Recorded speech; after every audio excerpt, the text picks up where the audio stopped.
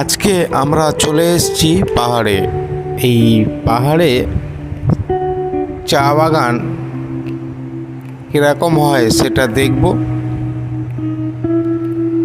আর পাহাড় মানেই দার্জিলিং। এই দার্জিলিংয়ে চা বাগানটা